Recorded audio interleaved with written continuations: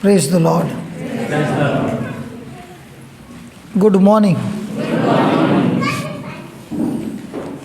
स्वर्ग पिता आपको बहुत बहुत धन्यवाद। आप वचन सिखाते हैं, आपके आत्मा के सामर्थ्य से, और जैसा वचन में लिखा है, शिष्य गए प्रवचन करने, दूर दूर गए और ईश्वर उनके साथ कार्य कर रहे थे और साबित कर रहे थे कि ये शिक्षण सत्य है, अलग अलग चिन्ह और चमत्कारों से। हम आपको धन्यवाद देते हैं। कल रात को हमने बहुत से चमत्कार देखे, बहुत से चिन्ह देखे, और इन सारे चमत्कारों का और चिन्ह का जड़ है आपका शब्द। यह सुबह हम तैयार हो गए हैं सीखने के लिए, गहराई से जो झूठ है उसे नाश करने के लिए, और जो सत्य है उसे अपनाने के लिए। प्रार्थना करते हैं पवित्र आत्मा आप हम सब के साथ है, और हमारी एक ही इच्छा है कि हम जिए तो आपके लिए, मरे तो आपके लिए। और जब तक हम श्वास ले रहे हैं, जी रहे हैं, हमारा जीवन दूसरों के जीवन में एक आशीर्वाद बन जाए, उनके जीवन में परिवर्तन हो जाए, और उनको भी प्रभु यीशु की पहचान और रिश्ते में बदल जाए।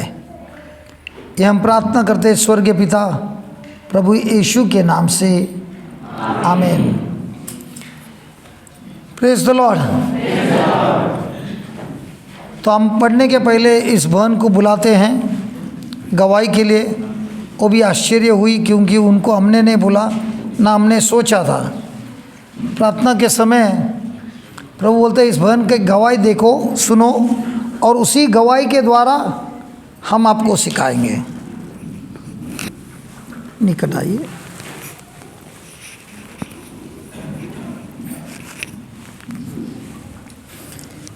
जय यीशु सबों को। जरा कैमरा। मैं नहीं जानती कि मैं क्या बोलने वाली हूँ।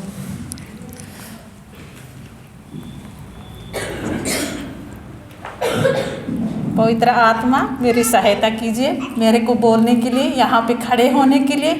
पिता ईश्वर को सबसे पहले धन्यवाद देती हूँ, कहे कि ईश्वर ने मेरे को यहाँ ले आया है। मैं कौन सा स्थिति में थी, कैसे थी। धन्यवाद यीशु। मेरा जिंदगी पहले इतना गड्ढा में गिर गया था, मैं नहीं जानती हूँ। ईश्वर, मेरे सास ससुर से मैं इतनी नफरत करती थी, पर ईश्वर की इच्छा थी मैं गड्ढे से अभी मैं जिंदी हुई। पिछले बीता हुआ बात को मैं छोड़ के अब ईश्वर के लिए मैं जीवित हूँ। कहें कि मेरा प्रॉब्लम है हार्ट की बीमारी। मेरा यहाँ से यहाँ तक ऑपरेशन हुआ है।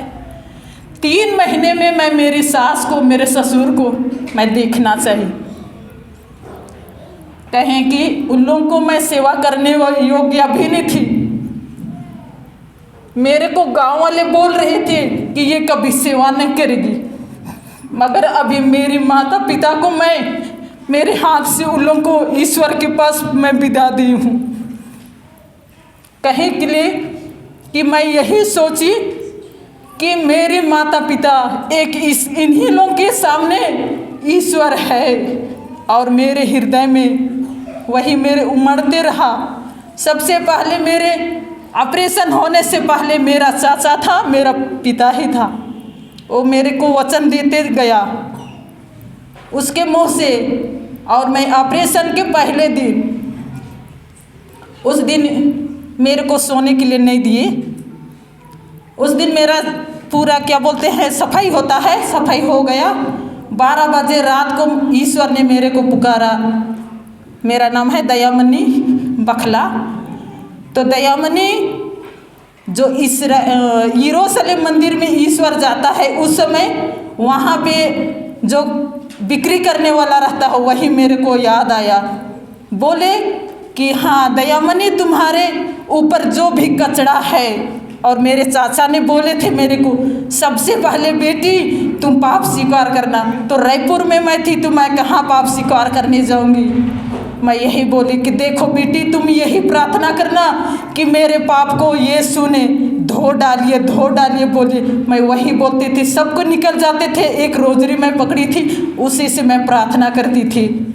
और जब ऑपरेशन हो गया, निकली, मैं दर्द को भूल गई, मैं दर्द नहीं था। और मेरे पहले मेरे जो थे ऑपरेशन हो गए थे, उन लोग बोलते थे कि इसका तो कुछ दर्द ही नहीं है, कैसे ये तुम पूरा खाना भी खा लेती है, फल भी खा लेती थी। तो बोलते थे उन लोग, अरे तुम कैसे ऐसे होते हैं। मेरे को यही याद आ रहा था कि मेरे ऊपर पाप है, जो पाप को मेरे को भूलना है और मेरे सास ससुर की सेवा करना। हम मेरा घर ना मेरे क्या बोलेंगे आगे ना पीछे कोई नहीं है, सिर्फ ईश्वर है। और मेरा आदमी था, वो मेरे को सेवा करने गया। मेरा बच्चा कहाँ था, मेरा सास ससुर कहाँ थे। मेरा घर 5 महीने बंद थे ताला मार के। फिर वहाँ पे पूरा घास उग गया था। मेरा ससुर आया सबसे पहले। मेरा ससुर का तबीयत भी खराब, मैं भी एक हॉस्पिटल में, वहाँ मेरा पति भी मेरे साथ है। और मेरा पति बोल रहा था कि मैं किसको देखूं किसको नहीं, वो परेशान था। तो मैं बोल रही थी उसको कि देखिए, उधर भी सेवा करना है, इधर भी सेवा करना है। अब करेगा ईश्वर ही करेगा, कौन करेगा। उसके बाद में मेरा ससुर अपनी बेटी के पास उसको रख लिया था। मेरा आदमी, घर तो बंद था, उसका क्या बोलेंगे माइंड थोड़ा खराब था उसका। उसके बाद में वो अपनी बेटी के यहाँ से भाग के आया। और मेरा अब ससुर जी हाँ, और वो घर आया और जो हम लोग का ताला बंद था। तो मैं बोली मेरा 3 महीना ऑपरेशन हुआ और मेरे को डॉक्टर ने बोले थे कि तू 3 महीना हो गया है और 6 महीना तक तुम भारी नहीं उठाना। तो मेरे लड़के बच्चे 3 हैं, तो वही पानी सब बाथरूम सब में पहुंचा दे रहे थे। और ये वाहन जो ममता थी ये पहुंचा दे रहे थे। और मैं जब घर क्वार्टर में थे हम लोग अंबिकापुर में, तो वहाँ पे क्वार्टर वाले भी सब कुछ साथ दे रहे थे मेरे को। उन लोग बोल रहे थे कि 3 महीना केवल हुआ है और तुमको भारी उठाना नहीं है, और कैसे जाएगी तू, ऐसे बोल रहे थे। तो मैं बोली कि देखो, मैं जाऊंगी मतलब जाऊंगी मेरे सास ससुर को सेवा करने के लिए। मेरा ससुर आया, घूम फिर के खो गया था मेरा ससुर, वो नहीं जानता था कि कहाँ था।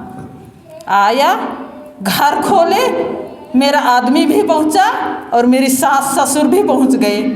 फिर उन लोग वैसे हुए, सबको मिल गए पीछे। और 3 महीना में मैं आई।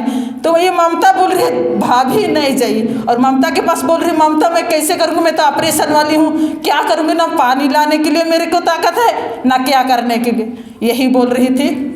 तो ममता बोल रही थी देखो भाभी, अब जाना चाहती है तो जाइए। तो ठीक है ममता, मैं जा रही हूँ। और आज देखिए गांव घर में क्या काम होता है, पूरा काम ईश्वर ने मेरा रोगों को तो अपने ऊपर ले लिया। अब मैं आत्मा में जीने लगी। आज पूरा काम काज मेरे हाथ से होता है। ईश्वर ने मेरा काम पूरा करता है। सब चीज़ को मैं नहीं करती, ईश्वर ने करते हैं। धन्यवाद यीशु, धन्यवाद पिता परमेश्वर, धन्यवाद पवित्र आत्मा। इतना जल्दी छोड़ेगा नहीं। आपको आपके ससुर के साथ इतना दुश्मनी क्यों है, क्यों थी? कहे कि इतना नाशा पी रहे थे ना, उसके बाद में उसका मुंह से इतना बुरा शब्द निकल रहा था, उसको बर्दाश्त मैं नहीं कर पा रही थी, इसीलिए आपको नफरत हो गया जी। और उनकी जो बीमारी थी वो क्या हो गई? वो क्या बोलते हैं, पागल सा हो गए थे। अच्छा ठीक है। अभी कैसे है? अभी नहीं है, इस दुनिया में नहीं है। ससुर भी चले गए? ससुर भी चले गए, मेरी सास भी क्या बोलते हैं पिछले मंगलवार को उसको दफन की, और मेरे को इधर आना था। मैं ईश्वर से बोली क्या रे ईश्वर आपकी इच्छा है तो उसको ले जाइए।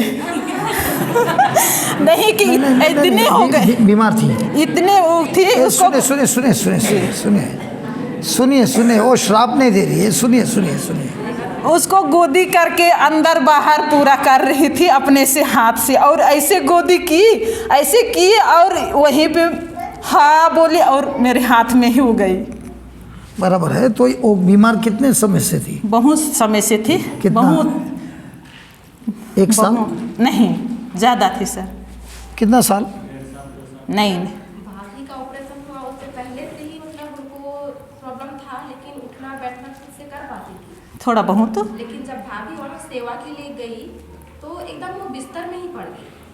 और मेरा ससुर 3 दिन बेहोश था, और हम लोग रायपुर में थे। बोल रहे थे कि उसको कैसे बताएंगे, वो भी तो बीमार है, इधर भी बीमार है, घर तो ताला लगा हुआ है, तो कैसे करेंगे। मैं बोल रही थी देखो कुछ भी होगा तो वहाँ सामान वहाँ यहाँ है, पहले उसी उन लोग को मैं वो करके रखी थी, वहाँ यहाँ है, खोल के निकाल के उन लोग को जो भी करना है कर लीजिएगा। बोल रहे मेरे 1.5 सास लोग थे, उन लोगों को बोल रही थी, और मेरे 1.5 सास। तो ये जो आपको सेवा करना है जी। ये किसने बात बताई? ईश्वर ने। नहीं ना, ऐसा नहीं कोई ईश्वर ने किसी के द्वारा बताया? नहीं, मतलब मेरे चाचा थे, वही मेरे को वचन दे रहे थे, और मैं बोली ये सब को मैं खुद से बोली कि मेरे को जाना है, मतलब जाना है, मेरे सास ससुर को मैं सेवा करूँगी। तो चाचा ने आपको ये बताया कि नफरत करना पाप है? जी। अच्छा, चाचा ने आपको कहा कि आपको ये पाप को आपको पश्चाताप करना है और नफरत करने का छोड़ना है। जी। तो जब आपका ऑपरेशन हो रहे थे तभी चाचा थे कि चाचा भी चले गए थे? चाचा हैं, अभी तक हैं, मगर रायपुर नहीं गए थे, बस मेरे। अभी भी है? जी। उनको मेरे से बहुत बड़ा सलाम भेज देना। क्योंकि वो चाचा नहीं तो पूरा भविष्य बदल दिया। ठीक है जी। चलो फिर हम अभी सीखेंगे। बहुत बहुत धन्यवाद। तो कल की बिटिया आइए, हम सबको सुनना है आपकी उंगली कैसी थी? बोल रही थी ना अभी तो चलती है, रात को सोती है, उठने पे सोई रहती है, फिर हमको उठाना पड़ता है, फिर उंगली काम करती है। कल सोई कि नहीं? हाँ। आप इधर आइए, इधर आइए, इधर आइए।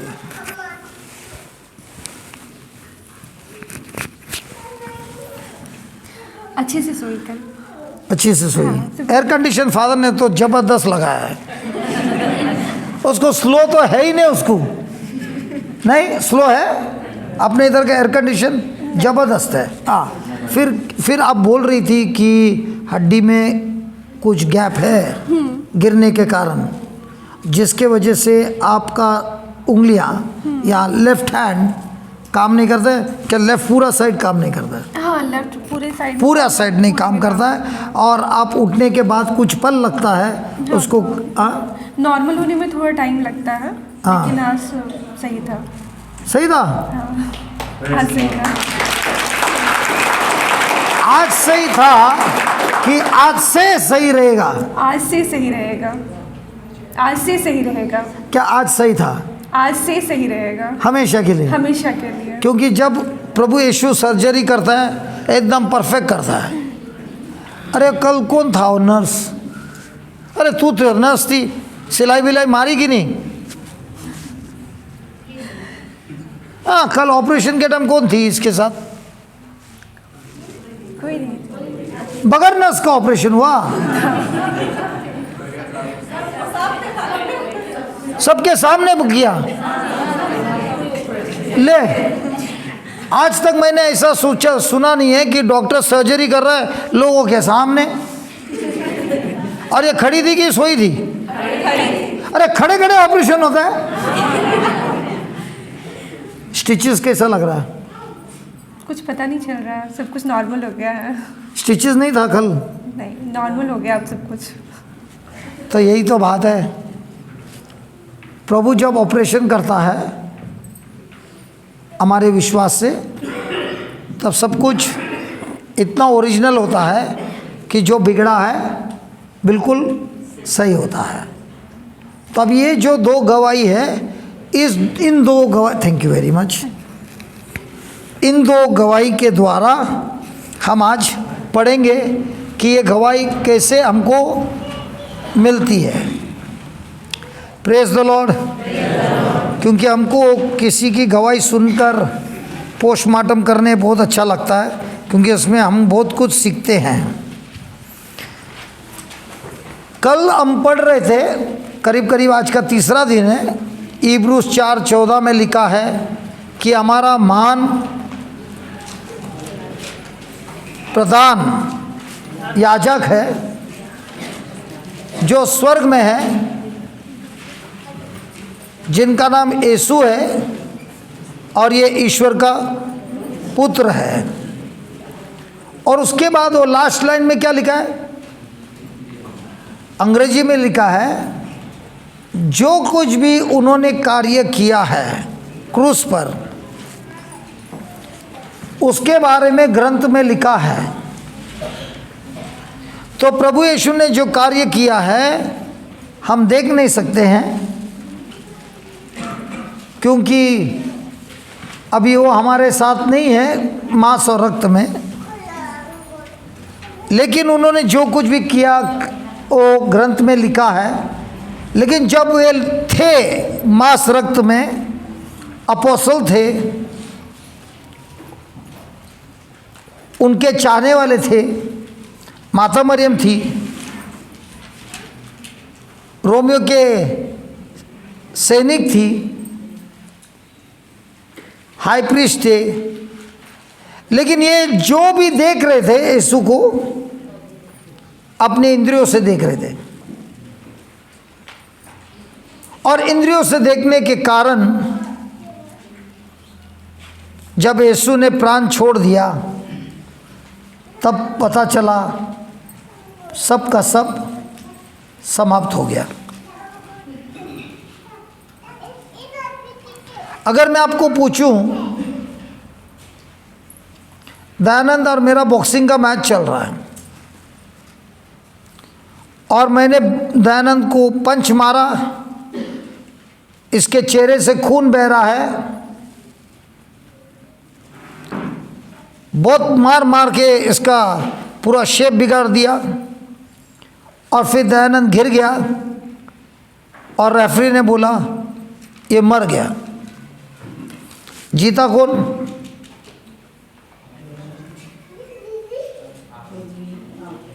मैं जीता। अब यीशु और शैतान के बीच में लड़ाई चल रही है।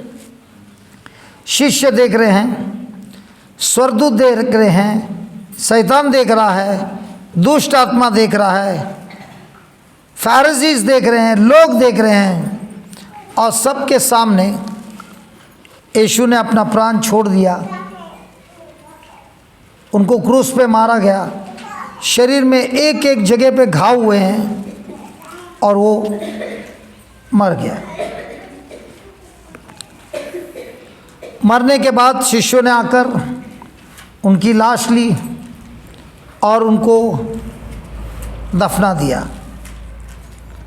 दफना दिया ये एक प्रूफ है, एक सबूत है कि जिंदा आदमी को नहीं दफनाते, मरे हुए को दफनाते। और जीसस 3 दिन कब्र में था, तो इसका मतलब वो सच में मर गया। तो जीता कौन? क्या बात है। दयानंद की मैं पिटाई करता हूँ तो दयानंद जीत गया, मर गया, मर गया तो मैं जीता। जो मर गया वो हार गया। दयानंद मर गया ना बॉक्सिंग में, मरेगा, जो मरेगा वही हारेगा ना। हाँ, लेकिन यहाँ पे यीशु मर गया और ये सब क्रिश्चियन लोग बोलते हैं वो जीत गया। मेरे को मालूम है तुम लोग क्यों बोल रहा है। उसका पिताजी रेफरी था ना, आउट होने के बाद भी बोलता है नॉट आउट है। इधर भी मैच फिक्सिंग हो रही है।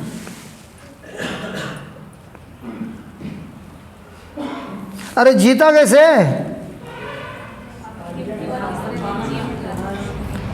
वो जी उठने के द्वारा। तेरे को मैं बाद में गोली मारूंगा। जी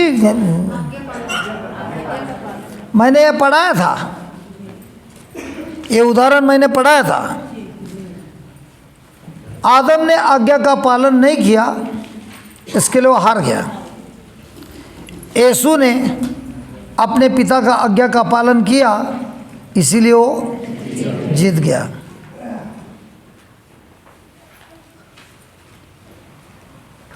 और वो जीता हुआ यीशु जिसने हमारा सब दंड चुकता किया है, हम लोगों को उन्होंने एक डॉक्यूमेंट दिया है, वो है बाइबल, नवा करार, जिसमें वो कह रहा है मैंने तुम्हारे लिए जो कुछ भी किया है और मैंने तुमको लिख के दिया है। और जब तुम पढ़ते हो विश्वास करो, अपनी इंद्रियों पर नहीं, मेरे शब्दों पर।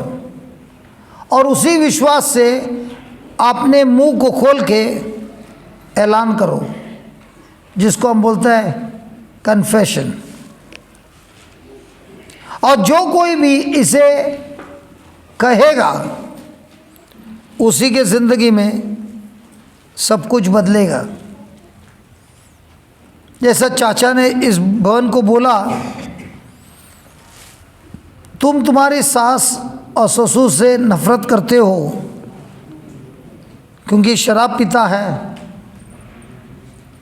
गंदे बातें करता है, गाली देता है, बर्दाश्त नहीं होता है, गुस्सा आता है और तुम नफरत करते हो।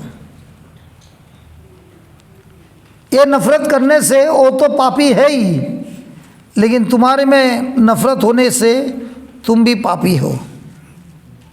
कोई फर्क नहीं है दोनों में। वे दो भी नरक जाएंगे, तुम भी नरक जाएगी। लेकिन अगर तुमने पश्चाताप किया तो वही यीशु तुम्हें चंगाई नहीं करेगा, तुम्हारा संपूर्ण जीवन पूरा का पूरा बदल देगा।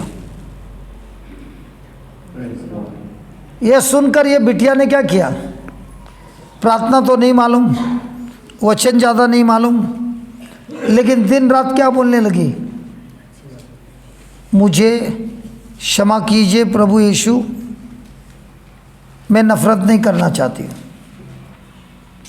वो बोलते गई बोलते गई बोलते गई। अब उन्होंने अपनी भावनाओं पर पकड़ के रखा कि चाचा के शब्दों पर? चाचा के शब्द प्रभु के शब्द थे? तो क्या वो विश्वास के शब्द थे? जीवन के शब्द थे? अच्छाई के शब्द थे? भलाई के शब्द थे? आशीर्वाद के शब्द थे? अनंत जीवन के शब्द थे? तो ये बिटिया ने क्या किया? रोसरी लिया और उसी रोसरी पे बार बार बोल रही थी। पहले बोलने पर हृदय से विश्वास नहीं होता है क्योंकि इतना दर्द है, लेकिन जब उन्होंने कंटिन्यूस बोलना चालू किया, कानों से, जब हम अपने ही मुंह से आए हुए शब्द अपने ही कानों से सुनते हैं तो क्या होता है? विश्वास बढ़ता है। यह अपने मुंह से बोल रही है विश्वास के शब्द और अपने ही कानों से सुनती है। दूसरा, ये मेरे मुंह से आए हुए शब्द सुनती है बार बार। इन दोनों में किस में विश्वास ज़्यादा बढ़ेगा? अपने शब्दों से। क्यों? मेरे शब्दों में पावर नहीं है क्या? तो आप लोग सब इस वन के पक्ष में पहुंच गए, हमारे पक्ष में कोई नहीं है। बराबर है, आपकी गाँव वाली है, आपकी गाँव वाली, आपकी सगे वाली है, हम तो आखिर में बाहर वाले ही हैं। हम कोशिश कर रहे हैं आपके साथ भीतर होने, आपने हमको धक्का मार के बाहर वाला ही बना दिया। कोई बात नहीं। तो ये बोलने से क्यों ज़्यादा बढ़ता है? अगर मैं बोलता हूँ ये सुनती है, लेकिन विश्वास का शब्द किधर है? तुम्हारे कानों में है। अरे तुम्हारे कानों में है, अरे कानों में है। एक मिनट, विश्वास आता कैसे? कान से। अरे सुनने से मतलब कहाँ से? कान से ही आए ना, आँख से सुनेगा क्या? तो विश्वास आता है कान से, सुनने से। लेकिन विश्वास का शब्द किधर है? कान में।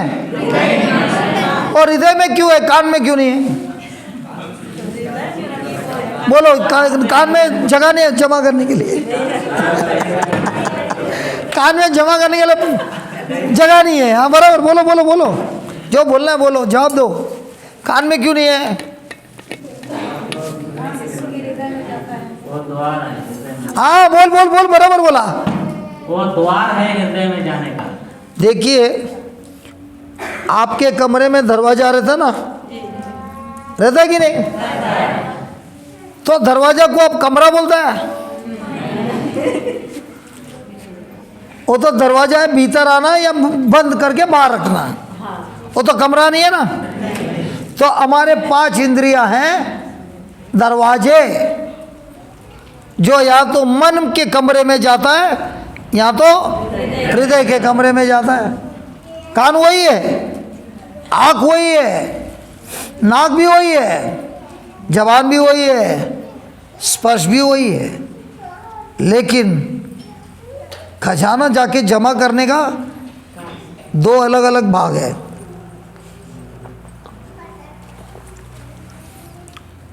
तो जो प्रभु का शब्द है, सत्य है, वो जाता है हृदय में। जो संसार का ज्ञान है वो जाता है मन में।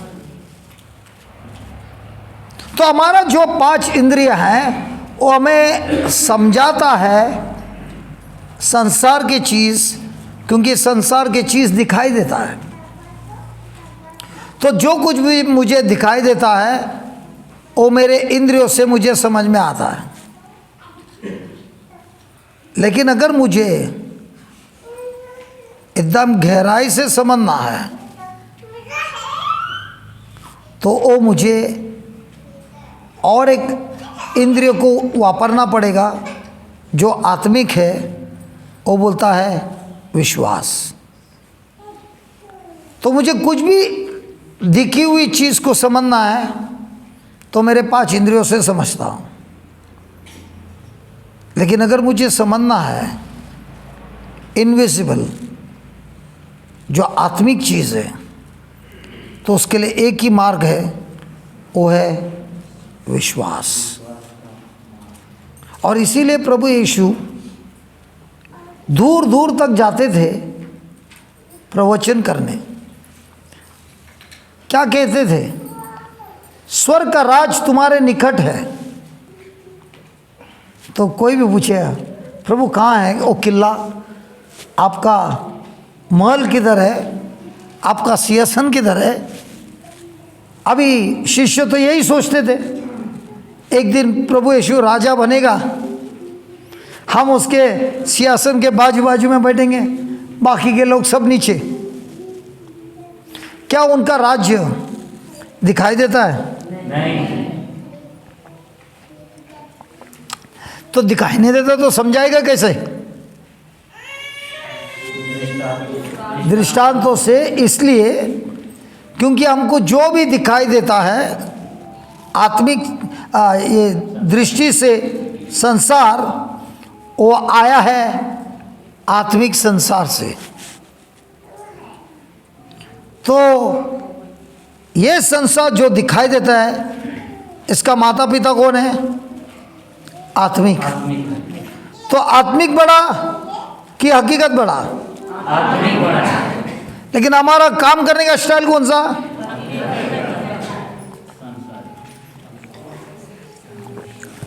तो कौन किस पे अधिकार चलाता है? आत्मिक हकीकत पे चलाता है या हकीकत आत्मिक पे चलाता है? आत्मिक हकीकत पे चलाता है। तो मुझे हकीकत में कुछ मुसीबत हो रही है तो मुझे बदलना है उसे, तो मुझे सबसे पहले किधर जाना पड़ेगा? आत्मिक के पास जाना पड़ेगा। लेकिन संसार क्या बोलेगा?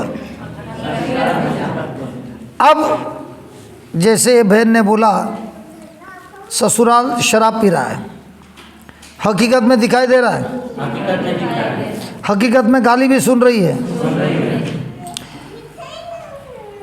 इनको हकीकत में वो शब्द का असर हो रहा है, इनकी भावना उनके विरुद्ध हो रहा है, अंदर से गुस्सा आ रहा है, अपमानित हो रहा है। तो ये अभी जो घायल हो गई है इनको उसको बदलना है। तो ये बदलने के लिए क्या कोशिश कर रही है? क्या करती है? ये वचन बोलती है माँ। काय का वचन बोलती है। जब अपमान होता है सामने से देखती है, अंदर से गाली देती है, लेकिन आवाज बाहर नहीं निकलता है।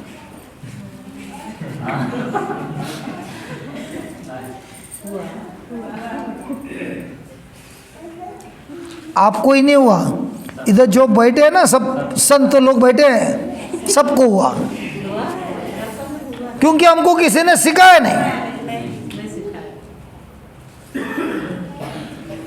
तो अब ये जो कार्य कर रही है हकीकत को बदलने के लिए, ये हकीकत की इस्तेमाल कर रही है कि आत्मा की?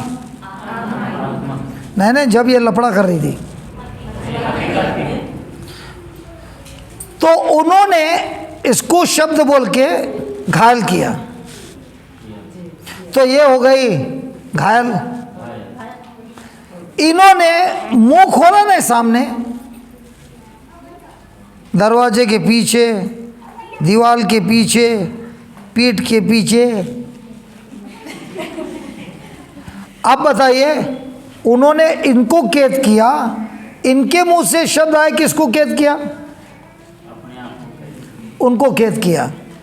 अगर वो चाहती है, वो लोग चाहते हैं इससे प्रेम करने, इन्होंने किया हुआ कैद छोड़ेगा प्यार करने? उन्होंने तो नफरत का बीज दिया, इन्होंने उनको कौन सा बीज दिया? नफरत का। तो उनके जीवन में कौन सा फसल आएगा? उन्होंने इनको कौन सा दिया? तो एक दूसरे को अभी क्या बढ़ा रहे हैं? और चाचा कहता है बिटिया, ये चक्रव्यूह से निकलने के लिए तुमको सिर्फ यीशु बचा सकता है, और वो है तुम्हें पश्चाताप करना है और अपने ओठों से कहना है, ए प्रभु यीशु, मेरे पापों से मुझे क्षमा कर और शुद्ध कर दे। अब इसको एक ही प्रार्थना मालूम है, दिन रात क्या कर रही है? तो इनके अंदर उन्होंने दिया हुआ नफरत वाला आत्मा का क्या हो गया? बैंड बज गया। अभी इनको कौन सा शब्द याद सुनाई दे रहा है? अपने सास ससुर को जाके सेवा करना। ये क्यों आ रहा है? एक बार मांग रही है कि कंटिन्यूस मांग रही है? अरे इतने सालों का कचरा एक बार में जाएगा? कंक्रीट था, वो भी कौन सा किला में लगा था ना कंक्रीट, ये तुम्हारा इधर अभी पानी जमा होता है तो डैम बना था ना, वो वाला कंक्रीट था, ऐसा आसानी से जाएगा? तो जबरदस्त उंगली को, जबान को इस्तेमाल किया, कंक्रीट को फोड़ दिया, अंदर से आवाज आया, तुमको सास और ससुर का सेवा करने जाना है। अब इनके दिमाग में क्या है? सेवा करने जाना है। अभी जो जूना यादगाश भले आता है, जो गाली निकलती थी अंदर से, अब क्या निकल रही है? सेवा करने जाना है। अब इनकी परिस्थिति है कि सेवा करने की नहीं है, लेकिन ये क्या बोल रही है? मैं जाऊंगी, मैं जाऊंगी। अभी इसी तरह मैं एक बात बताता हूँ आपको, ठीक है? एक दिन हमारी शर्त लग गई, जैसे हमने बोला हम फैक्ट्री वाला आदमी है, तो फैक्ट्री पे काम वजन का होता है। तो मेरे साथ जो थे वो लोग पेपर वाले थे, ऑफिस में काम करने वाले। तो मैंने उनको बोला मैं 3 जन को उठा के 10 कदम चल सकता हूँ।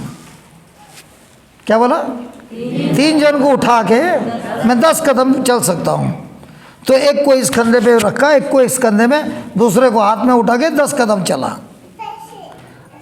अब मुझे ये नहीं पता था कि ये शब्द मुझे भारी पड़ेगा। 10 कदम तो चल गया, लेकिन इधर की जो जाली रहती है वो उस समय फटी नहीं, लेकिन वो नाजुक हो गई, कमज़ोर हो गई। कुछ दिनों के बाद देखा मेरी वो जो है नेवल बाहर आ रही है। तो मुझे कुछ समझ में नहीं आया क्या हो रहा है। तो जब मेरा मलेरिया का ऑपरेशन हुआ तो जो मेरा दोस्त था हॉस्पिटल में, उसने बोला अरे तेरे को तो हर्निया हुआ है, जाली फट गई है। तो मैं बोला वो तो बहुत सालों से हो गया है, मेरे को कभी सताया नहीं, ना कभी दर्द हो रहा है। तो उसने बोला भाई तू तो टाइम बॉम्ब पे है। मैं बोला टाइम बॉम्ब में मतलब क्या, मैं मरने वाला है? मरने वाला नहीं है, लेकिन तू तो बहुत बार इधर जाता है उधर जाता है, दूर दूर जाता है। मान ले तू अफ्रीका में है, ठीक है, और किसी कारण के लिए उस जाली में तेरी अतड़ी फंस गई, जो बाहर आती है तू भीतर डालता है, फंस गई, तो हो गया इमरजेंसी। अब तू अफ्रीका में जाएगा अस्पताल में तेरी सर्जरी करने, मालूम नहीं वो क्या होगा, उधर तो सही वाला हॉस्पिटल है ही नहीं। तो क्या बोलते हैं, दूसरा केस, तू गया यूरोप में और उधर तेरी ऑपरेशन हो गई। ऑपरेशन तो ज़बरदस्त होगा, लेकिन जब वो यूरोस में बिल आएगा ना भाईजान, कितना आएगा? जब हम रुपया में बदली करेंगे तो बेहोश हो जाएगा। तो अब तू कैसे भी आया है ना, काट के जाली बिठा देंगे। तो मैं बोला मेरे को अभी रहना नहीं है, मेरे को 2 दिन में जाना है, लेकिन मेरी सलाह मान ले, भले तेरे को सताता नहीं है, तू कर दे। तो हमने बोला ठीक है, हम ऐसे भी छुट्टी में 4 दिन जाने वाले, 6 दिन के लिए घर पे, तो हम बीवी को बोलेंगे हम जा रहे हैं, जरा जाली बिठा के आते हैं। तो बीवी बोली हम भी आते हैं। यार मस्त हनीमून हो गया हमारा हॉस्पिटल में, क्योंकि घर पे रहेगी तो किचन में जाएगी, इधर जाएगी उधर जाएगी, हॉस्पिटल में हमारे बाजू में ही है रे। कभी कभी लगता है हॉस्पिटल में जाएगा ना प्रेम बढ़ता है, क्योंकि वो भी नहीं भागते हैं, ये भी नहीं भागते हैं, पूरा दिन चिपका है। तो 4था दिन हमारा सर्जरी हो गया और हमको बोला डिस्चार्ज मिला, और मेरा 4था दिन को गोवा में रिट्रीट था। तो डॉक्टर ने बोला वजन नहीं उठाने का, ठीक है, काटा है ना, वजन नहीं उठाने का। अब मैं फ़्लाइट में जा रहा हूँ। अभी देखो मेरे को देख के ऐसा लगेगा क्या ये नाजुक है। मेरा सब बैग मैंने डाला, लेकिन जो मेरा कैमरा अभी मेरा वो बैग है ना, मैं अंदर नहीं डाल सकता हूँ कि उसको पटकेगा तो ख़राब हो जाएगा। तो वो मैं घसीट कर लेके आया। अब फ्लाइट में चढ़ने के लिए चढ़ना पड़ता है ना, इसको उठाना पड़ता है।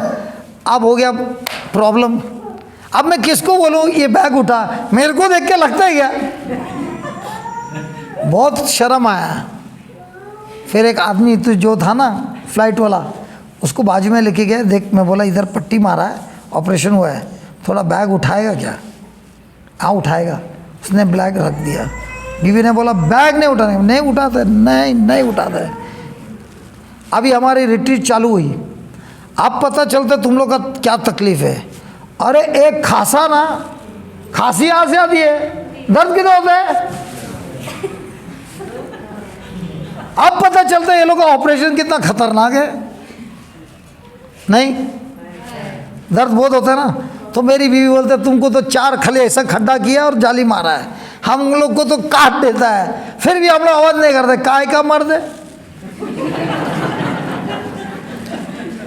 हमको काटने के बाद उसी पेट पे बच्चे को रोक के हम दूध पिलाता है। और तुम लोग छोटे छोटे में हाँ हूँ करते मर्द लोग।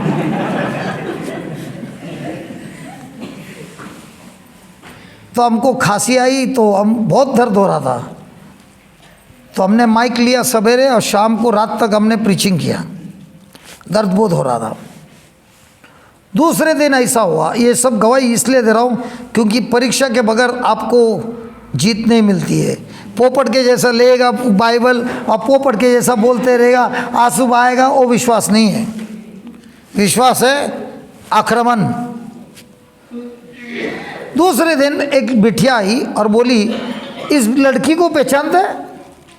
कुछ 17-18 साल की रहेगी। मैं बोला नहीं पहचानता मैं। अरे कुछ 11 साल पहले आई थी, उसका यहाँ से नीचे तक सब मर गया था।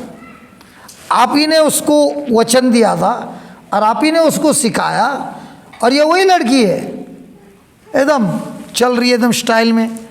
मैं बोला फिर बोलने क्यों नहीं आई? चंगी हो गई तो बोलने के आने का। मैं बोला वापस क्यों नहीं आई हमको बताने?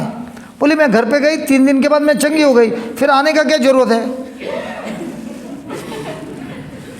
सुना क्या?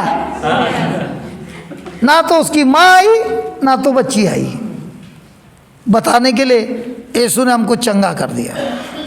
तो एक गीत है कि मेरा आत्मा ईश्वर से स्तुति कर रहा है क्योंकि मेरा प्रभु कितना महान है। Then sings my soul. अच्छा, वो गीत चल रहा था तो अचानक मैं उन लोगों को रोका और मैंने कहा ये जो सृष्टि बनाई है ना, ऐसे ही मैं एक बिटिया को बुला रहा हूँ, आपको सबको वो चलती है उसको देखना है कैसी चलती है।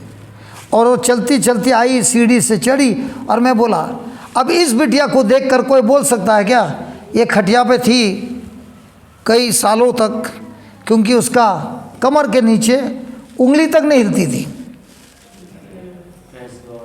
बराबर है, ये वही बिटिया है। और देखिए प्रभु की महिमा जो हम लोग गा रहे हैं, और मैं रोना चालू कर दिया, और मैं रो रहा है और गा रहा है। एक ऐसा करंट पास हो गया, उसके बाद मैं इसको कितना भी मारूं कुछ दर्द नहीं।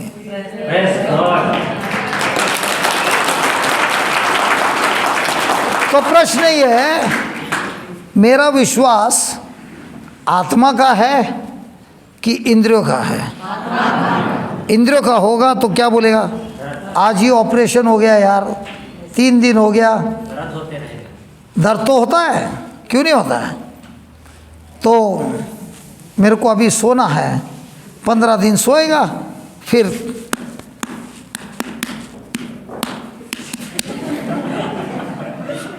अपने पास भी है तबला।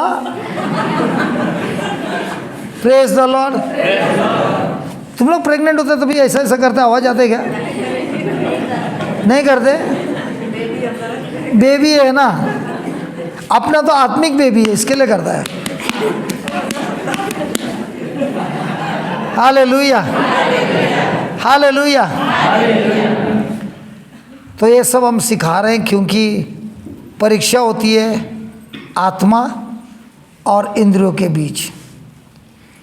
इंद्रिय आपको बहुत सारा एग्जाम्पल देंगे, उदाहरण देंगे विश्वास नहीं करने के लिए, और आत्मा आपको एक ही सबूत देगा वचन का। लेकिन ये सबूत में आपको खाली दिखता है, हकीकत नहीं दिखता है। उसमें तो आपको बहुत सारे ऑप्शन हैं जो इसके विरुद्ध होगा। तो इस बिटिया को क्या बोला, मुझे तो सेवा करने जाना है, 3 महीने का बाईपास हुआ है, जा सकती है क्या तू सेवा करने? नहीं कर पाते, उसके मन में आया और नहीं कर। लेकिन जब आत्मिक शब्द लेके गई, क्या उनके अंदर प्रेम दिखावा वाला प्रेम था कि हकीकत वाला था? हकीकत प्रेम। तो हकीकत ईश्वर का प्रेम लेता है कि देता है? देता है।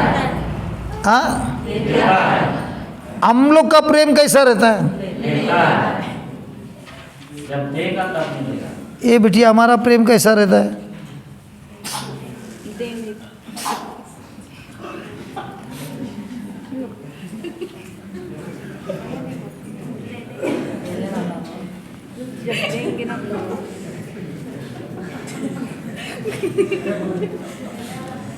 अरे तनिक इधर देख,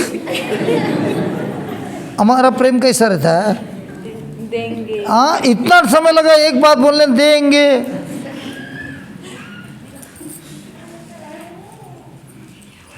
प्रेज गॉड।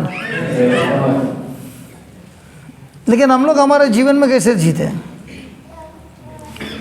जो पति पत्नी लेने में उस लगन की बर्बादी, जो पति पत्नी देने वाले हैं वो बिगड़ी वाली लगन भी स्वर्ग की होती है। अगर हमारी बीवी ने हमको क्षमा नहीं किया होता और हमारा ओल्ड फाइल लेके बैठी होती, हम यहाँ पे खड़ा ही नहीं रह सकता। अगर हमारी बीवी ने हमसे प्रेम नहीं किया होता तो कब की छोड़ के चली जाती, डिवोर्स देती। लेकिन हमने सब ने वादा किया है ना, चर्च में अच्छे समय में मैं आपके साथ चिपकी रहूँगी, बुरे समय में जब पैसे खाली हुए मैं मेरे मम्मी के पास जाऊँगी, और बीमार होगी जब आप बीमार हो जाओगे तेरे मम्मी के पास पहुँचाओगी और मैं मेरे घर जाऊँगी। क्या वादा था? दुख में और सुख में आपने एक दूसरे का साथ दिया। बोला है बोला है। एक दूसरे का साथ देंगे, तो एक से गलती हुआ तो दूसरा साथ देता है। क्या मुंह खोल के झकम पे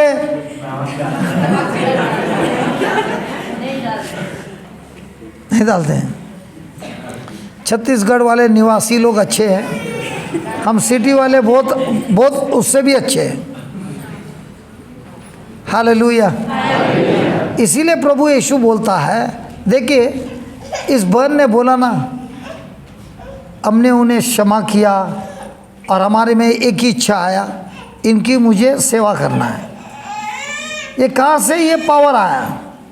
वही जो हम पढ़ रहे हैं हिब्रूस 4:14 में, प्रभु यीशु हमारा याजक है और वो बोलता है मैंने तुम्हें जो कुछ भी बोला है तुम उसको अपने मुंह से ऐलान करो, और जब तुम्हारे मुंह से मैंने बोला हुआ शब्द ऐलान करोगे तो मैं खुद जो स्वर्गीय पिता के बाजू में बैठा है तुम्हारी सहायता करूंगा और तुम्हारी हकीकत को मैं बदल दूंगा। ये गवाही में बहुत ताकत है। क्या ताकत है?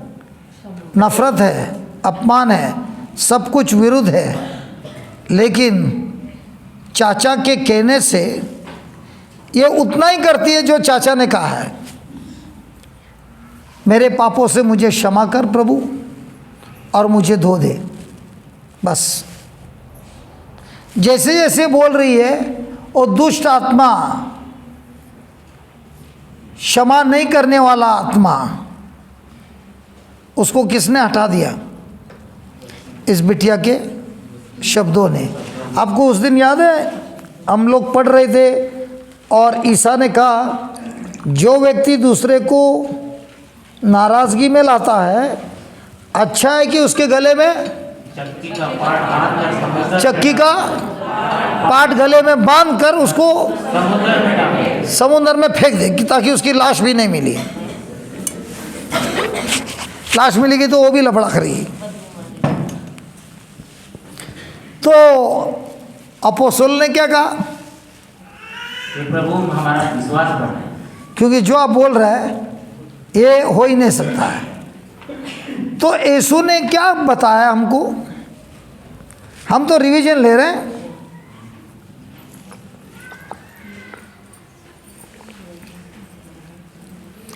क्षमा करने के लिए बताया। गिराने के बराबर। हाँ, अगर तुम्हारा विश्वास तो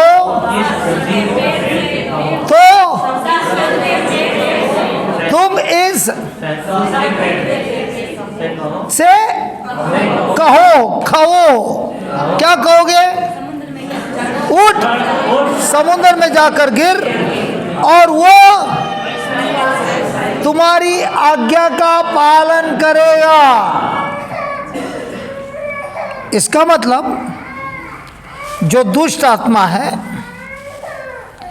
जो तुमको नफरत करने सिखाता है और गुलामी में डाला है, उस आत्मा से तुम कह सकते हो जैसे तुमने उस पेड़ से कहा, उसी तरह नफरत का आत्मा, क्षमा करने से रोकने वाला आत्मा, मैं तुझसे कहता हूँ जड़ से उखड़ जा, समुद्र में जाकर गिर और वो मेरी आज्ञा मानेगा। तो इसका मतलब ये हुआ, प्रभु मैंने अभी अभी कहा उस दुष्ट आत्मा, क्षमा करने से रोकने वाला आत्मा मेरे शरीर से, मेरे मन से, मेरे जीवन से जड़ से उखड़ जा, समुद्र में जाकर गिर, और इसने आज्ञा पालन किया है और इसीलिए मैं कहता हूँ अब मैं मुक्त हो गया हूँ। क्षमा करने का सामर्थ्य मुझे मिल गया है और मिल गया है, इसीलिए मैं विश्वास करता हूँ जो कुछ भी मेरी इच्छा थी प्रार्थना में मुझे वो मिल गई है और मैं आपको धन्यवाद देता हूँ। सही है? तो यहाँ पे भी हमारा मुख्य प्रधान याजक क्या बोल रहा है?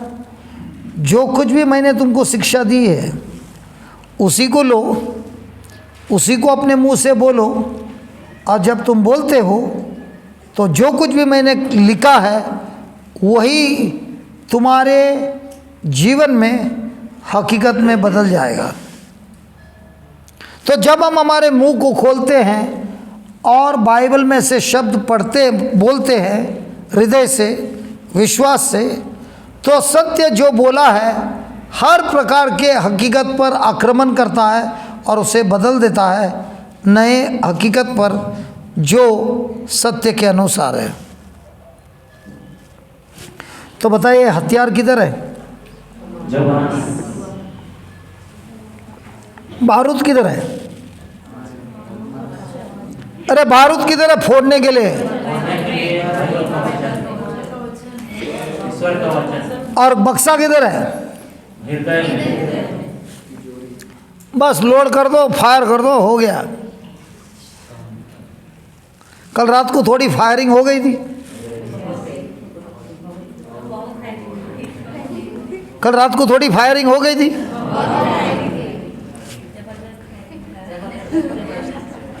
अच्छा लगा?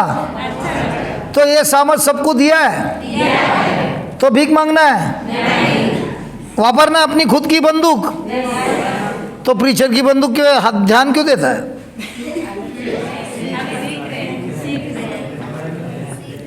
आपके पास हथियार है ना, बंदूक दिया है ना, तो मेरे बंदूक को क्यों देखता है?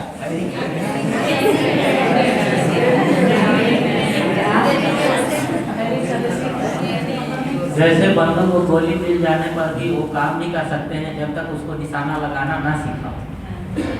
तो निशाना लगाने में ही वो कल्पना है। देखिए जो आप बोल रहे हैं, क्योंकि आप मिलिट्री वाले हैं, सही बोल रहे हैं, क्योंकि हमारी दुर्बलता ये है कि संसार ने हमको बंदूक वापरने सिखाया है, लेकिन ऐसे नहीं, ऐसे, और अपने खुद के खानदान पे अपने ही जबान से पत्नी पति को ठोक रही है, पति पत्नी को ठोक रहा है, पत्नी अभी ससुराल को भी ठोक रही है खुलेआम,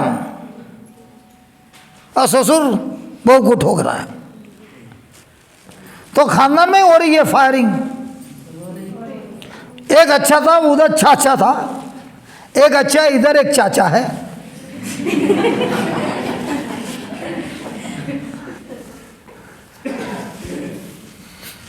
हालेलुया। ऐसे ही आपके गांव वाले आप लोग को देख रहा है कि प्रभु ने आपको चाचा बनाया है और चाची बनाया है, इसीलिए तो आप लोग आए हैं सीखने के लिए। Thank you Jesus.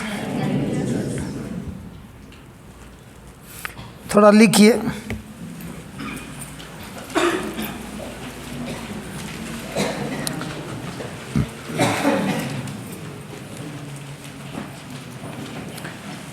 आपने लास्ट में क्या लिखा था?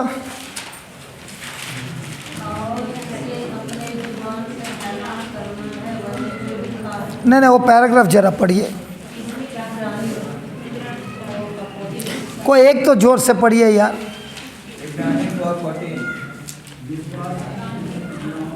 माइक लेके बोलना।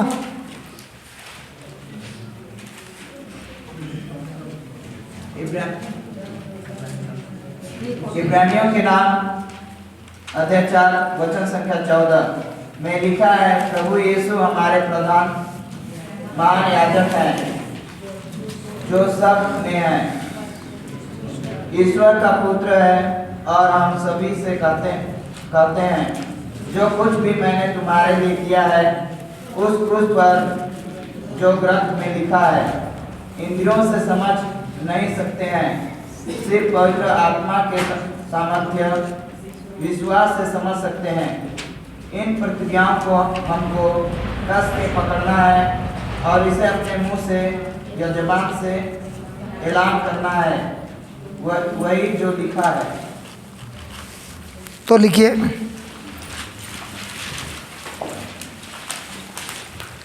प्रभु यीशु स्वर्ग पिता के बाजू में बैठे हैं।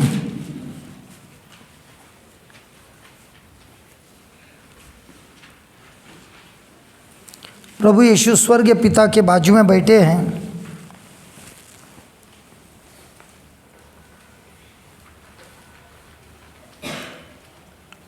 हमारे सब्स्टिट्यूट है, सब्स्टिट्यूट हमारे बदले में है। सब्स्टिट्यूट का अच्छा शब्द क्या होगा?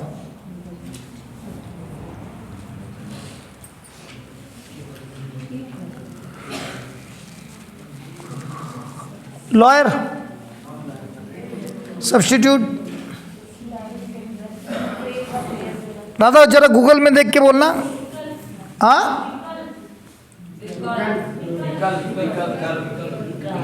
विकल्प उसके बदले, उसके स्थान पर। जैसे खिलाड़ी लोग कोई खेलते हैं तो एक्स्ट्रा कोई उसके बाद एक्स्ट्रा खिलाड़ी होता है उसके बदले खेलने के लिए, उस टाइप का विकल्प है, उसका बदले में, उसके बदले में है, हमारे बदले में है और हमें रिप्रेजेंट करता है। रिप्रेजेंट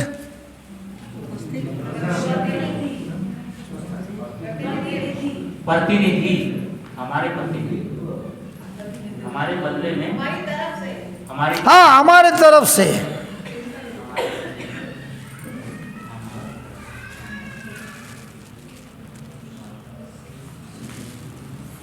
पिता के पास स्वर्ग में बैठे हैं।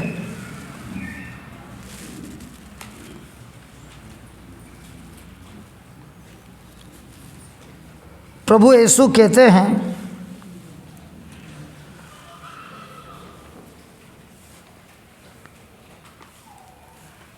मैं इन लोगों के लिए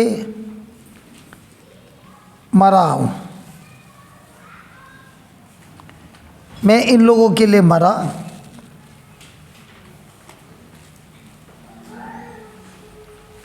इन लोगों का पाप मैंने स्वीकार किया,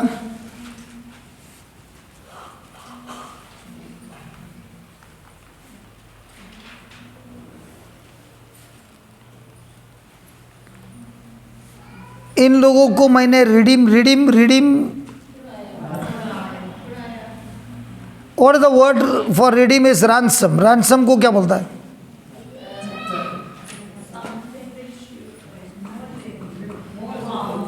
मान लो दयानंद को मैंने खरीदा नहीं, उठा लिया और मेरे कब्जे में डाल दिया। और फिर छत्तीसगढ़ के निवासियों को बोला, तुमको तुम्हारा भाई चाहिए दयानंद, 5 करोड़ देना पड़ेगा।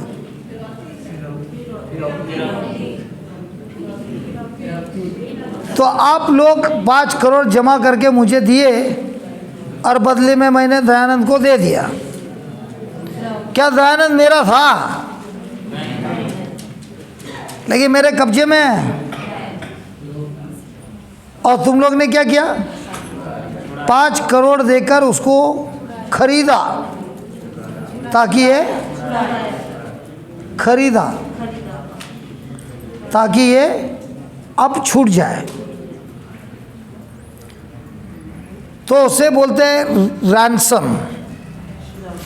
जब आप चीज़ खरीदते हैं जो आपके खुद के है, उदाहरण, आप सब ने कपड़े खरीदे, लेकिन दुकानदार को तो पैसे दिए, लेकिन वो चीज़ तुम्हारी नहीं थी, दुकानदार की थी, इसके लिए पैसे देके खरीदे। लेकिन यीशु ने जब हमको खरीदा, हम तो उन्हीं के बनाए हुए थे, उन्हीं के थे। लेकिन ये खरीदने के लिए सोना चांदी हीरा मोती पैसे नहीं, खुद का प्राण, खुद का लहू, ये बहाना है। और इससे हमें खरीदा है शैतान के गुलामी से। छुड़ाया मतलब मैं इसको कैद किया है, कोई जाके गया चेन बिन तोड़ के लेके भाग गया, वो भी छुड़ाना है। लेकिन ये छुड़ाना क्या है? तुमको बहुत बड़ा कर्ज चुकाना है।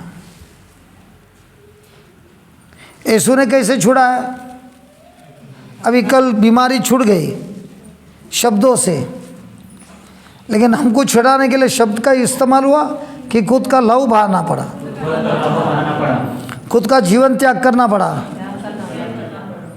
दोनों में फर्क है, कंपेयर ही नहीं होता है। तो यीशु अपने पिता से कह रहा है, इन लोगों को बचाने के लिए मैंने मेरा खून बहाया, मेरे शरीर पर घाव लिए, और इनके जगह पे मैं मर गया इनको बचाने के लिए।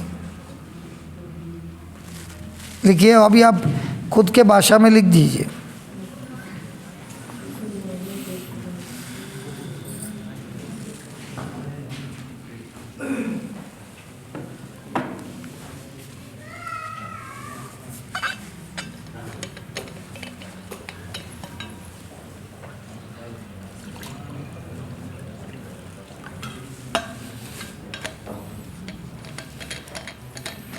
बहुत प्यास लग रहा है आज। तुम लोगों ने भी खाया ना खाना? प्यास नहीं लग रहा है?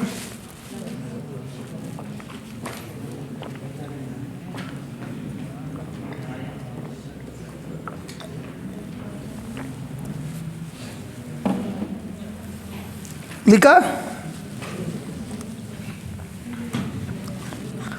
लिखिए, मैं बन गया पाप।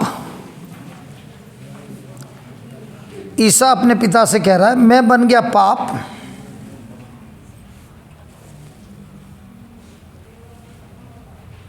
ताकि ये लोग मेरे धार्मिकता को स्वीकार करते हुए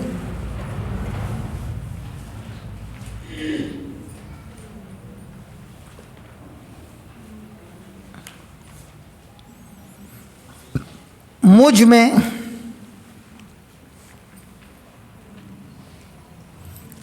ईश्वर के धार्मिकता बने।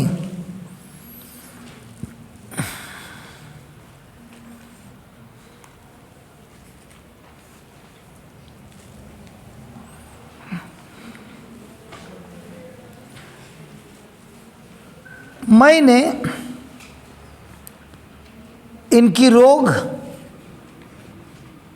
और बीमारी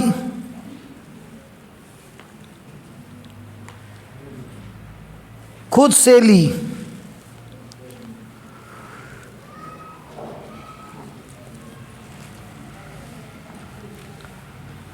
मैंने इनको अंधकार के राज्य से मुक्ति दी है। मैंने इनको अंधकार के राज्य से मुक्ति दी है।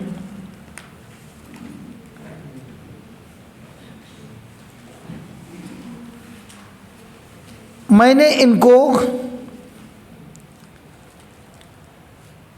नई सृष्टि बनाई है।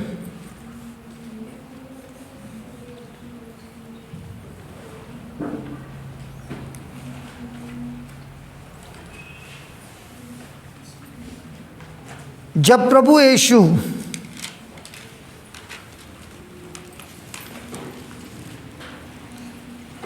हमारे लिए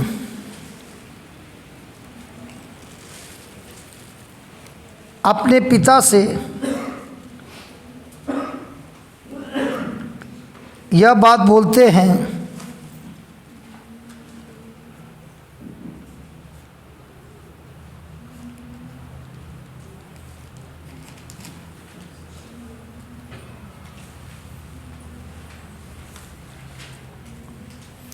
वे लोग प्रभु यीशु ने दिए हुए शब्दों को, वे लोग या हम लोग प्रभु यीशु के दिए हुए शब्दों को ऐलान करते हैं।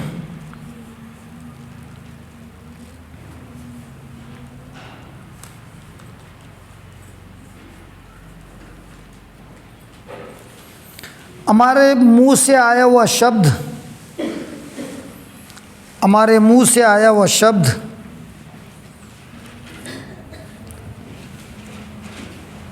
हमें कैद करेगा,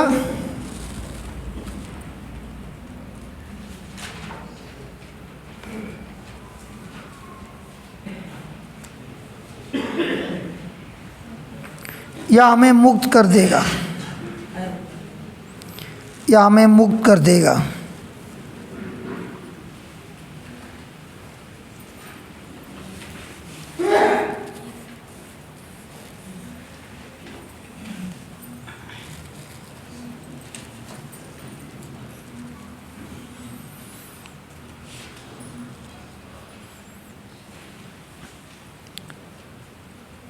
प्रेज गॉड।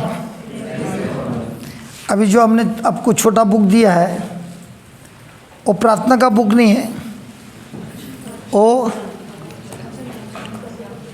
यीशु ने क्या किया है हमारे लिए आत्मा में,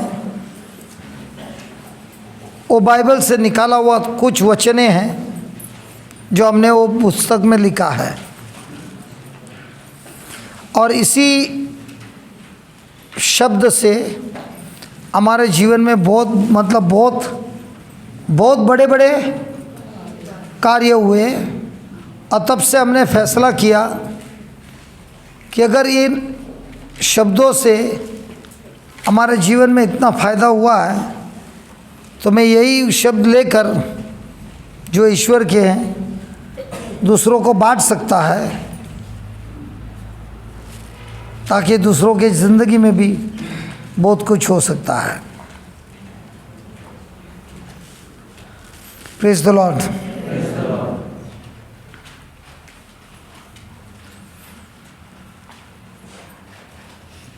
यहाँ तक समझ में आ रहा है? हेलो, यहाँ तक समझ में आ रहा है? अभी उदाहरण लेंगे, वो बुक खोलिए।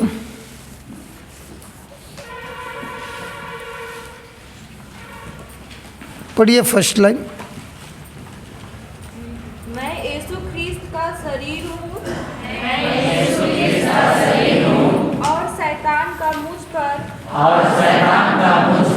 कोई अधिकार नहीं है। मैं भाई बस एक ही लाइन। क्या लिखा है? मैं ख्रीस्त का शरीर हूँ और शैतान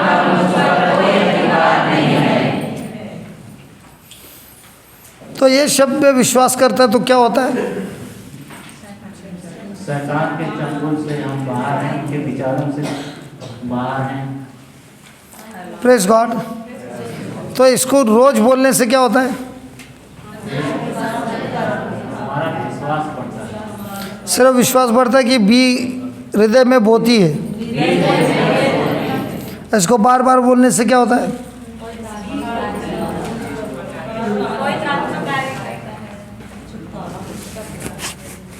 तो बताइए ये मुश्किल है कि आसान है? लेकिन कर पाएंगे? नहीं कर पाएंगे। क्यों नहीं कर पाएंगे? क्योंकि हमारा स्वभाव सांसारिक रहा है और इतना क्योंकि शैतान तुम इधर पूरा दिन बैठेगा उसको कोई प्रॉब्लम नहीं है, तुम ये सुनेगा तभी भी कोई प्रॉब्लम नहीं है। लेकिन जब तुम समझते हो कि मेरे मुंह से आए हुए शब्दों में ताकत है जो मेरी हकीकत को तो बदलता ही है, भविष्य को भी बदलता है, तो अभी आप इन शब्दों का इस्तेमाल करोगे?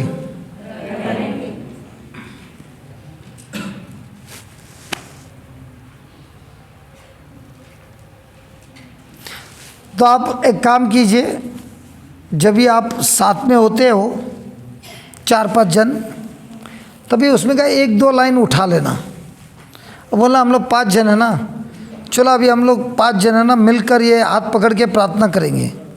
प्रार्थना नहीं, ये शब्द बोलेंगे और सामने वाले को पूछना तेरे को क्या तकलीफ़ है, क्या तकलीफ़ है, क्या तकलीफ़ है, और बोलना चालू कर दो। और कुछ 5-10 मिनट बोलेंगे, शरीर में जो भी है वो सब निकल जाता है।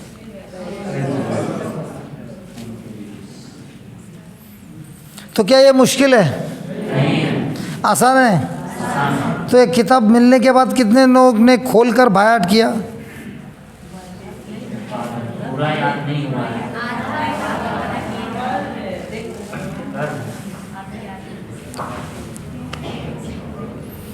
क्योंकि जो करता है उसका जीवन साधारण से चमत्कार वाला जीवन होता है।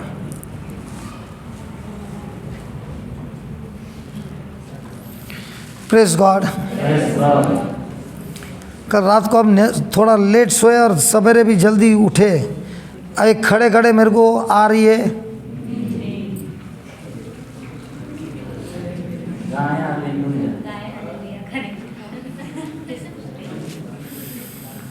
और आज बोला था शादी है,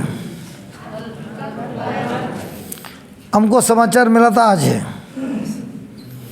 तो हमने वो कुक को सवेरे से चालू कर दिया, सवेरे से सब उठने के पहले। वो भी सोच रहा आज क्यों आ रहा है, मैं बोला आज शादी है।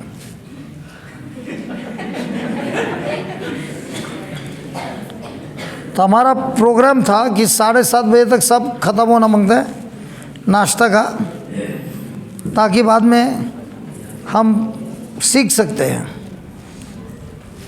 कोई बात नहीं, अभी हमारी लड़ाई चालू है। शरीर बोलता है थोड़ा नींद दे, आत्मा बोलता है भूखे हैं इनको खिला दे। ठीक है, तो यहाँ तक समझ में आया? हम आज तक फेल कभी होते हैं? नहीं मत बोलो यार, इतना सब फेल हो गए। हकीकत में हम फेल कब होते हैं? जब हमारे मुंह से यीशु ने बोले हुए शब्द, हमारी भावनाओं के शब्द निकलते हैं, है ना? तब हमें क्या होता है? आत्मा में चलने के बदले हम इंद्रियों से चलते हैं। अरे 4था क्लास में आ रहा है, प्यास बूझता नहीं है, बाटल ही मार देगा।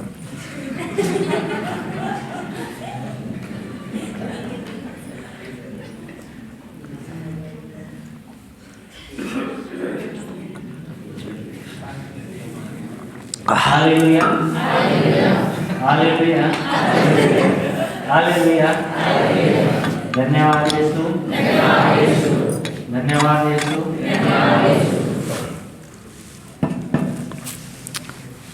Press God. अभी सुनिए, यहाँ तक समझ में आया? अब ये है, हमको समझना है ये वचन जानने से क्या होता है। ये जो अभी हमने अभ्यास किया इससे क्या होता है। सबसे पहले हमने देखा था कल, कौन सा सांप था वो? कासरे का। वो शब्द ही भूल जाता है, कासरे का शब्द, कासरे का कासे का सांप। उसको मार के आकार जो था उसका आकार उसको बदल के सांप के आकार में बनाया। इसी तरह हमने कल पढ़ा था आयसाया 52 में 14वां वचन में कि यीशु का आकार इतना बदल गया था कि कोई पहचान भी नहीं सकते थे कि वो मनुष्य है। तो लिखिए, सबसे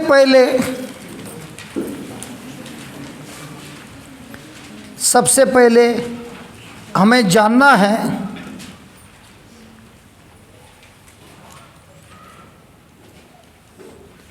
स्वर्ग पिता ने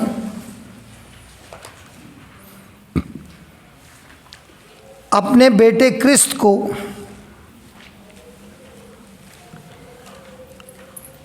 हमारे लिए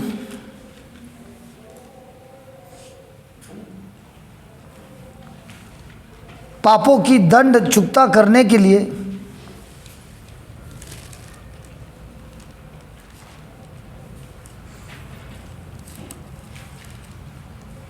हम पर जो पनिशमेंट सजा थी वह सब कुछ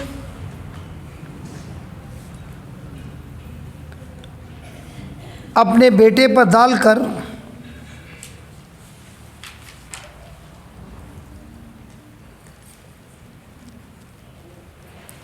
जैसे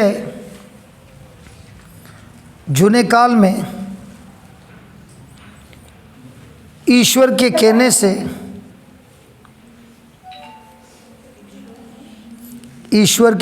से मूसा ने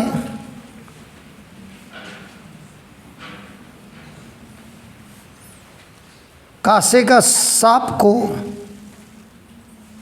कासे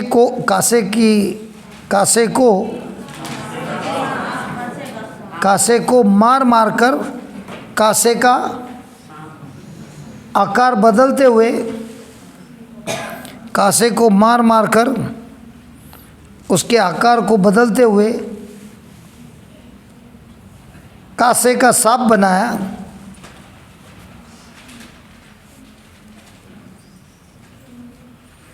इसी तरह जब हम विश्वास करते हैं और कहते हैं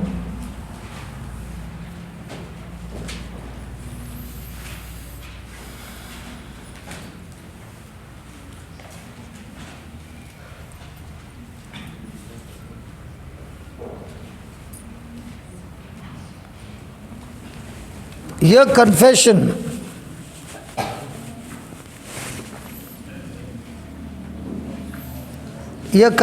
कन्फेशन को क्या बोलता है? पाप करना, पाप कहना। कन्फेशन का मतलब ये नहीं पाप कहना। कन्फेशन का मतलब जो हुआ है उसी को बोलना, उसमें कुछ मिलावट नहीं करना, जैसा है वैसा बोलना। तो हमारा कन्फेशन का शब्द क्या है तुम्हारे लिए हिंदी में?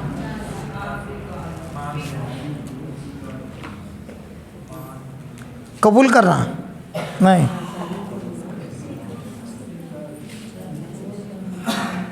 इसका मीनिंग लिखा हुआ है, इसको कन्फेशन नहीं। दूसरा बोलने के लिए क्योंकि क्या है, जैसे ही आपने बोला ना कन्फेशन, सबके दिमाग में एक ही जाता है, पाप स्वीकार करना। वो तो छोटा भाग है, पहला भाग है। उसके बाद जो यीशु ने हासिल किया है रेजरेक्शन का, अगर वो नहीं कन्फेस करेगा, अब उसी में फंसे रहेंगे। ये हमको जानना है, और हम नहीं जानते थे, इसके लिए इतने सालों से फंसे थे।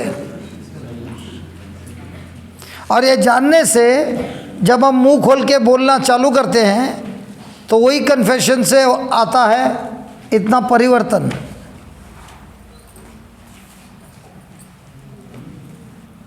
अब वो बिटिया ने आके गवाही दी थी ना, क्या हम वो बिटिया पे प्रार्थना किया? सर लिखा है कि तुम उस पार से कह सकते हो। इसी तरह प्रभु हम इस हड्डी को कह सकते हैं, जितना भी खसक गई है वापस वही जगह पे आ जाओ। वही कहा, और वो बोली सवेरे काम नहीं करता है। तो जैसे हमने देखा वो सवेरे जा रही थी, सबसे पहले उसको पकड़ा, बोला बताओ तुम्हारा हाथ कैसा है? बोलता बिल्कुल ठीक है। पैर कैसा है? बिल्कुल ठीक है। कोई सिम्टम है? नहीं है। कैसे बदल गया? जबान से, मतलब जबान से नहीं, जबान में ईश्वर के शब्द जैसे लिखा है वैसा ही बोला है। क्या बोलता है? आसान है कि डिफिकल्ट है? ये इतना आसान है कि किसी को विश्वास ही नहीं होता है, इतना आसान है। आप लोग ने साइकिल चलाना सीखा है? साइकिल चलाते हैं? सीखने का टाइम कितने बार गिरे? तभी ऐसा लगा कितना मुश्किल है। सीखने का टाइम लग रहा था ना बहुत मुश्किल है। हाँ लगा तो छोड़, और लगा नहीं लग, आई गिरे ना, छोड़ा क्या? सीखा? कैसे सीखा? दूसरे को देखा चला रहा है, अगर वो चला रहा है तो साइकिल में खामी नहीं, अपने को खाली सीखना है।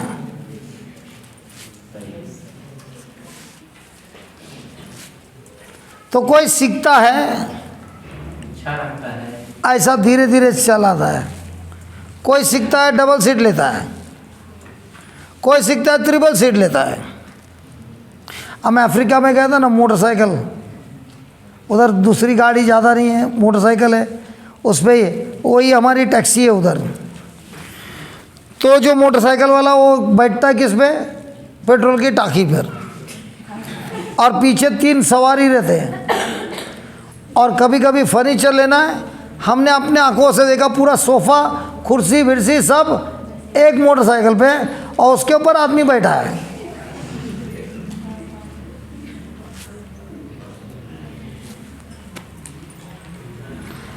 अभी उसको देख के मैं तो पहला कल्पना करने लगा, यार ऐसा भी बाइक पे लेके जा सकता है कि हमने तो देखा नहीं है।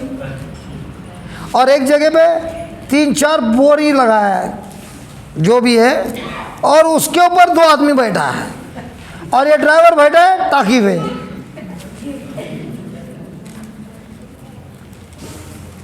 क्योंकि उधर दूसरा गाड़ी नहीं है। Press God. लेकिन क्या वो जो चला रहा है पहले से चला रहा है? सब पैदा से प्रैक्टिस करना पड़ा ना, कल्पना करने पर लगा ना कि मैं कर सकता। क्यों वो कर सकता है? क्योंकि उसने दूसरे टैक्सी वाले को देखा, उधर की टैक्सी मोटरसाइकिल है। तो वैसे ही हमने किसको देखा है? यीशु को देखा है, अपोस्तल को देखा है, और अभी इस ज़माने में किसको देखा है? फादर लोग का रिट्रीट होता है, उस रिट्रीट में हमने चमत्कार देखा है। तो जब देखा है तो हमको क्या लगता है? फादर कर सकता है, हम क्यों नहीं कर सकता? खाली फर्क ये है, हमको सीखना है।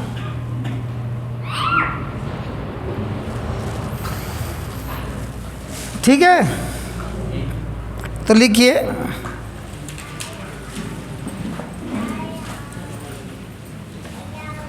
हम कहते हैं, उसमें ब्रैकेट में लिखो कन्फेशन, क्योंकि हम विश्वास करते हैं।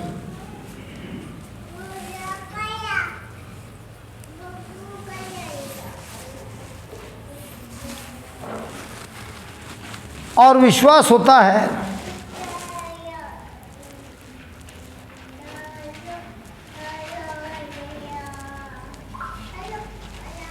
और विश्वास होता है हमारी सोच के प्रमाण, हमारे सोच के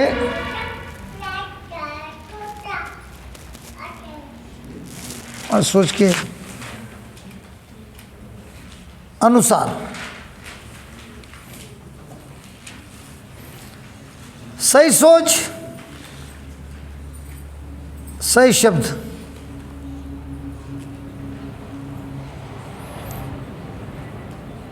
गलत शब्द, गलत सोच, गलत शब्द,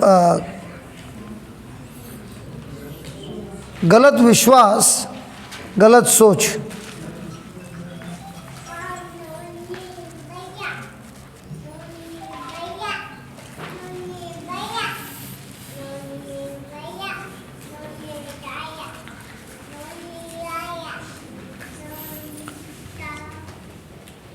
और इसी कहने से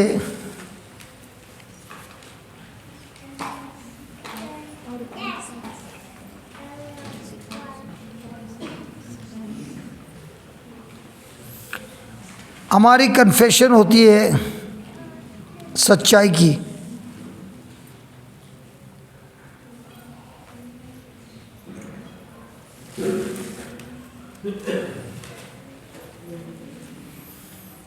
प्रेज गॉड।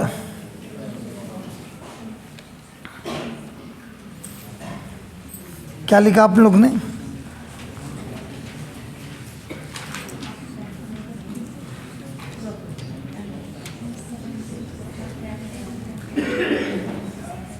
जोर से पढ़ना, माइक पे पढ़ना कोई एक।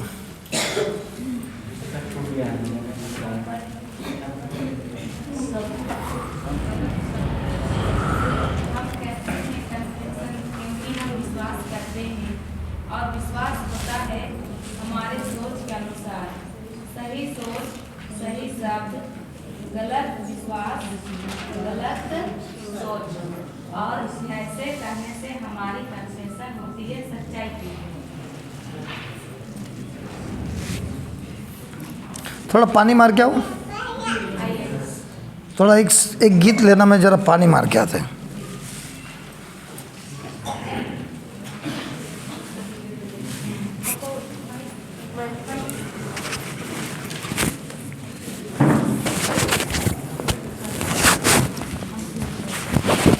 Stop.